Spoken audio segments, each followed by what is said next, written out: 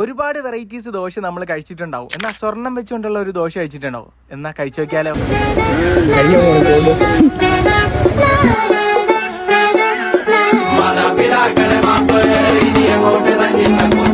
ഈ കാണുന്ന കുഞ്ഞു കടയിലാണ് ഈ ഗോൾഡ് ദോശ നമുക്ക് കിട്ടുന്നത് കേട്ടോ. സംഭവം ഗോൾഡ് ദോശയൊക്കെ ആണെങ്കിലും അതിന്റെ ഒരു മേക്കിംഗ് വളരെ സിമ്പിൾ ആണ് കേട്ടോ. ദോശക്കല്ലിലോട്ട് ദോശമാവ് ഒഴിക്കുന്നു, പരത്തുന്നു, ഓയിൽ ഒഴിക്കുന്നു, വീണ്ടും കുറച്ച് മസാല ഇടുന്നു, അതിനെ വീണ്ടും പരത്തുന്നു, ഒന്ന് മുരിഞ്ഞു വരുമ്പോഴത്തേക്കും രണ്ടാക്കി മടക്കുന്നു. പിന്നെ അതിന്റെ മേളിലോട്ട് നമ്മുടെ പ്രധാന ഐറ്റം ആ ഒരു ഗോൾഡിന്റെ ലീഫ് അങ്ങ് പതിയെ അങ്ങ് വെക്കുകയാണെ നമ്മുടെ 24 കാരറ്റ് ഗോൾഡ് ദോശ റെഡി. അവിടെ നിന്ന് പൂപോലെ അതിനെ പ്ലേറ്റിലോട്ട് എടുത്ത് വെച്ച് കുറച്ച് സാമ്പാറും കുറച്ച് ചമ്മന്തി പൊടിയൊക്കെ വെച്ചിട്ട് ഇങ്ങനെ നമ്മുടെ കയ്യിലോട്ട് തരും. കയ്യിൽ കിട്ടിയ പാടെ ഗോൾഡിന്റെ ടേസ്റ്റ് ഒന്ന് അറിയാൻ വേണ്ടിയിട്ട് ഒരു ആകാംക്ഷ.